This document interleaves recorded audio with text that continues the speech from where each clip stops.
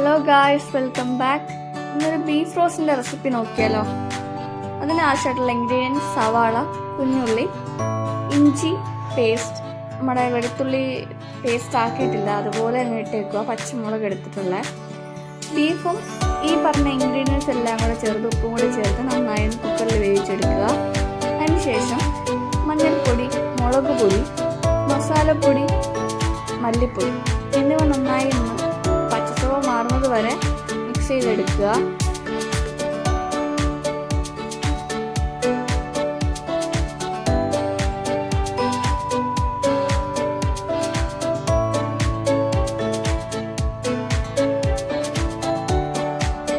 അതിലേക്ക് ആവശ്യമായിട്ടുള്ള വെളിച്ചെണ്ണയും കൂടെ ഒഴിച്ചു കൊടുത്ത് നന്നായി മിക്സ് ചെയ്യുക. അതിലേക്ക് ആവശ്യത്തിന് കറിവേപ്പില ഇട്ട് കൊടുക്കാം.